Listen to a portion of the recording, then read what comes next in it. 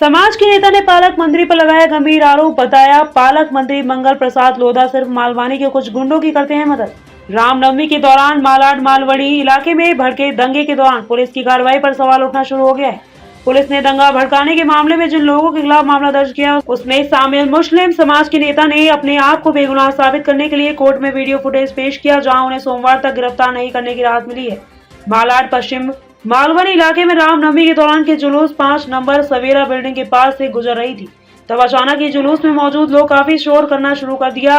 तब वहां मौजूद स्थानीय लोगों ने इसका विरोध किया। तब बवाल शुरू हो गया। दंगा भड़कने पर पुलिस ने दर्जनों लोगों के खिलाफ एफआईआर दर्ज किया, जिसमें मालवनी इलाके का मुस्लिम समाज नेता के रूप में जाने वाले जमील मर्चेंट का नाम शामिल है।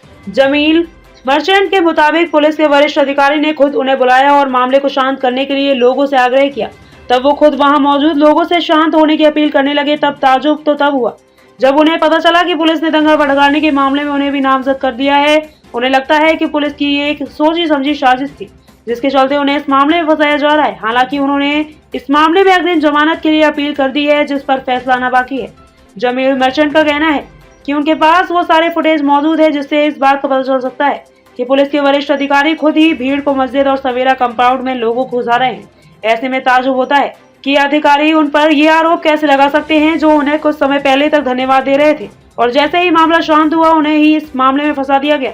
सवाल पालक मंत्री मंगल प्रभात लोढ़ा पर भी उठ रहे हैं कि जब लोढ़ा घटना स्थल पर आते हैं तो उन्हें दोनों तरफ के लोगों से न मिलकर केवल एक समुदाय के लोगों से क्यों मिलते हैं, जबकि वो मुंबई शहर के पालक मंत्री हैं। जानकारी के मुताबिक पिछले साल भी रामनवमी के मौके पर ऐसे ही स्थिति सामने आई थी, जब पुलिस ने दोनों तरफ मामला दर्ज किया था।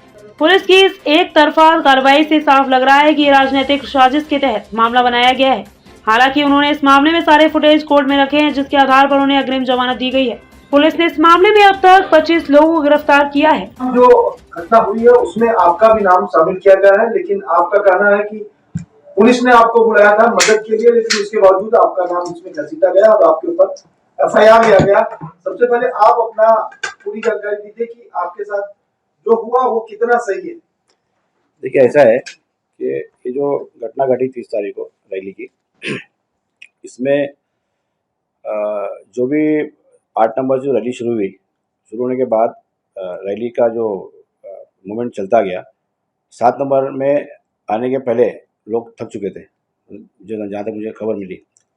तो 7 नंबर मस्जिद के पहले मुसलमान जो भाई लोग थे, उन्होंने पानी का और जूस का इंतज़ाम रखा था। तो वहाँ उन्होंने पानी नहीं पिया, जूस भी पिया ताज़े हुए। फिर 7 नंबर मस्जिद के पास आकर डीजे को बढ़ाया और वहाँ पे हंगामा हुआ। हंगामा होने के बाद पुलिस ने जो भी लाठीचार्ज करी, जो छोटा मोटा झगड़ा हुआ, और फिर रैली यहाँ पे आना शुरू हुई। तो उसमें अक्सर मसला क्या है कि यहाँ के जो हिंदू और मुस्लिम जो है, 25-30 सालों से यहाँ मतलब मैं रहता हूँ, तो कभी ऐसा झगड़ा हुआ नहीं है। एक 92 की राइड हुई थी और पूरी दुनिया पर हिंदुस्तान में राइड हुई थी, मगर इधर जो है कभी ऐसी घटना घटती नहीं है। तो बाहर के जो हिंदू भाई जो बाहर के हिंदू है, वो अक्सर तादाद में यहाँ पर 2 साल से आ रहे हैं। तो उनकी जो पूरी साजिश थी। और दूसरी बात, आपने मुझे कहा कि ये मेरा नाम कैसे आया।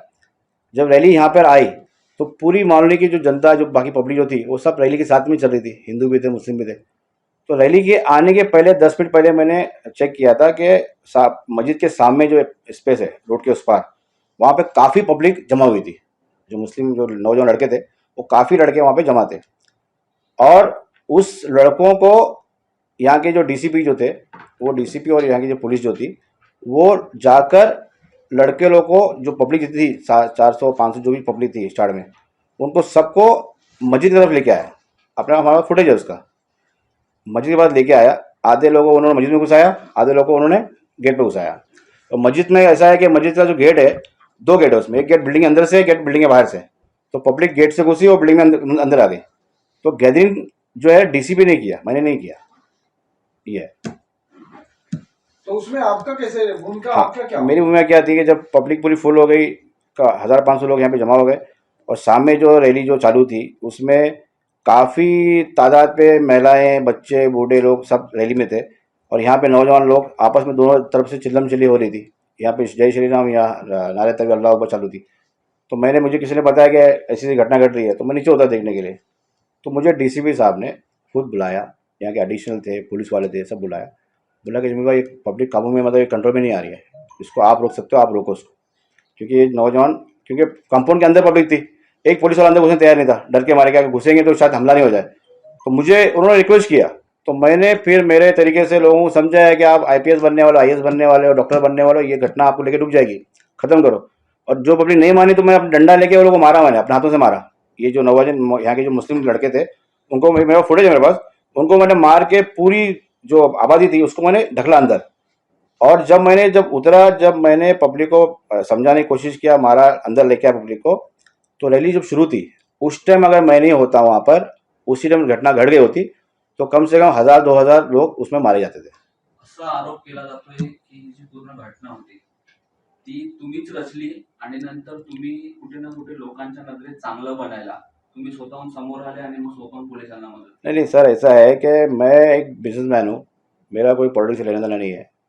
ये घटना घटा के भी मुझे मेरा बेनिफिट नहीं है और घटना नहीं घटा के भी बेनिफिट नहीं है। मैंने इस कॉलोनी में रहने का हक अदा किया, दोनों तबके के लोगों को मैंने बचाया, उसका इनाम मुझे पुलिस ने केस के थ्रू दिया। पुलिस क्या रीजन पुलिस बता के रही है? पीछे किसकी मंशा क्या है? पुलिस किसका जवाब दूं? पुलिस क्या रीजन बता रही है? पुलिस रीजन के मैंने डीसीपी से बात किया, उन्होंने बोला कि गैदरिंग वहाँ पे आप गैदरिंग पब्लिक आई कैसा? तो मैंने बोला सर पब्लिक आने के बाद में आया, मेरे पास फुटेज है, मेरे ऑफिस से उतरने के बाद जब उतरा तो उस टाइम 2000 लोग आ चुके थे वहाँ पे, और पब्लिक को तो आपने अंदर लेके आया। गैदरिंग मेरा गैदरिंग का रोल कहाँ आता है? तो पब्लिक ऑलरेडी अंदर आ चुकी थी, मैं आया था, और पब्लिक लाने वाला कोई व्यक्ति नहीं था, पुलिस ने पब्लिक को अंदर लाया और उसको मैंने संभाला, बस ये चीज है इसमें। आता पोलिसांच्या नजरेत तुम्ही वॉन्टेड आहात हा. असं बोललं जात आहे. जर पोलिसांनी तुम्हाला चौकशीसाठी बोलवलं तर तुम्ही हजर राहाल का? नहीं, ना मैं वांटेड हूँ और ना मुझे किसी ने बुलाया। मैं जब सवेरे मुझे मालूम पड़ा कि एफआईआर में मेरा नाम आया, तो और जब मैंने इतना बड़ा मैंने बलिदान दिया, अपने आप को पेश किया, इतने लोगों के बीच में मैं प्रेजेंट हुआ, मुझे भी कोई मार सकता था, मुझे उसके बावजूद मुझे पुलिस ने थैंक्स बोलने के बदले में थैंक्स बोला ही था उस टाइम, एडिशनल डीसीपी जॉइंट जो भी बोला था, उसके बाद मुझे केस बना दिया। मैं सरप्राइज था, तो मुझे उन पर भरोसा था नहीं, तो मैंने फिर बेल लेने गया। आपके ऊपर केस बनाने के पीछे क्या किसी का दबाव है या पुलिस की मंशा? देखिए ऐसा है कि यहाँ पर 2 सालों से एक धार्मिक इशू चालू है। यहाँ पे जो पालक मंत्री जो है लोधा, वो मुझे लगता है कि पालक मंत्री होना चाहिए, पूरे स्टेट का होना चाहिए, जो उनका जो महकमा है, वो सिर्फ मान लो कि 8-10 लोगों में पालक मंत्री है। वो आते हैं इधर, एक समाज से मिलते हैं, एक समाज की बात करते हैं, एक समाज बोलता है कि ये समाज ने गाली दिया, तो आप उनसे ही पूछो, आप मंत्री हो ना, आप जब इलेक्शन के पहले आप बीजेपी के हो, आप मंत्री एमएलए बन गए तो सब आप पूरे आवाम के हो। मैंने भाई इसको वोट दिया नहीं दिया मुझे लेना देना नहीं है, अगर यहाँ का सीएम तो मेरा सीएम है ना ये। सर कुछ लोगों से आपकी बात भी हुई, असलम शेख भी आए थे, कुछ लोगों से आपकी बात हुई कि मेरा नाम क्यों एफआईआर दर्ज किया गया? नहीं, मैंने डीसीपी को पूछा था, तो डीसीपी साहब ने वही बोला कि आप गैदरिंग में आपका नाम आ रहा है, तो मैंने गैदरिंग आपने किया, मेरा सिर्फ रोल गैदरिंग का दिखा रहा है, जो मैंने नहीं किया, जो फुटेज मेरे पास है। आपके ऊपर जो धाराएं लगाई गई कौन कौन सी धाराएं? देखिए 553 को दिया हुआ है, 324 दिया है, और 143 140। 553 कैसे हो सकता है? आपने पुलिस के साथ कोई दुर्व्यवहार सर किया? ऐसा है कि मेरा टोटल मेरे जाने से लेके ऊपर आने तक मेरे पास फुटेज है, पुलिस मुझसे हाथ मिला रही है, और जो शख्स का नाम बता रहा है वो भी शख्स वहाँ पे था, जो एफआईआर जिसका नाम पे है, टोटल सीनियर पे मुझसे हाथ मिला रहा है, लास्ट एंडिंग तक, रैली खत्म होने तक लोग मुझसे हाथ मिला रहे हैं। एक आदमी आपको मार रहा है और आप मुझसे गले मिल रहे हो, थैंक्स बोल रहे हो, और ऐसा भी नहीं कि कोई मामूली हवलदार जॉइंट सीपी लेवल का आदमी है, डीसीपी लेवल का आदमी है, एडिशनल लेवल का आदमी मुझसे मिल रहा है, देख रहा है, तो ये समझ में नहीं आ रहा क्या है। पुलिस आपको जानबूझ के क्यों फंसाना चाहती है? इसके पीछे का मकसद क्या है? अब मकसद उनका जो भी हो, उसमें बीजेपी है, लोधा है, या जो भी है, वो उनका मसला है, मगर पुलिस ने अपने आंख से देखा है। सूत्रांनी आम्हाला माहिती दिली की असे तुमचे आणि बीजेपीचे रिलेशन खूप चांगले आहेत, तर मग तुम्ही कुठल्या बेसिसवरती बोलता की बीजेपी तुमच्या विरुद्ध षडयंत्र रचते? देखिए सर, मैं हिंदुस्तान में रहता हूँ, हर पार्टी के लोग एक दूसरे को जानते हैं, तो मेरे दोस्त भी बीजेपी के हैं, कांग्रेस के भी है, समाज हर पार्टी का है, तो आप मेरा बीजेपी से कोई संबंध है या नहीं है, आप साबित करो और सजा दो, खत्म करो बात। प्रशासन की तरफ से जो कार्रवाई हो, क्या लगता है आपको, ये एक तरफा कार्रवाई, लोगों का आरोप? एक ही तरफा कार्रवाई हुई, जब घटना जब घटी, दोनों जगह पे पत्थरबाजी हुई, जब दोनों जगह पे सब चीज़ें हुई, तो घटना घटी, दोनों जगह पे कार्रवाई होना चाहिए था, तो पुलिस ने एक ही जगह पे कार्रवाई करके गलत किया। सर आपकी मांगे क्या है? मेरी मांग ये है कि एक तो जो केस बनाया है, झूठा केस बनाया है, उसको आप साबित करो, या तो 109 करो, और जो बेगुनाह बच्चों को उठा रहे हो आप, उनको रोको।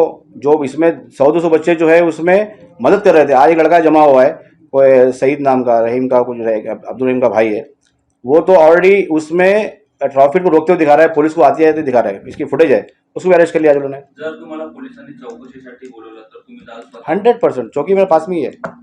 चालेल, चालेल. कितने लोग जख्मी हुए?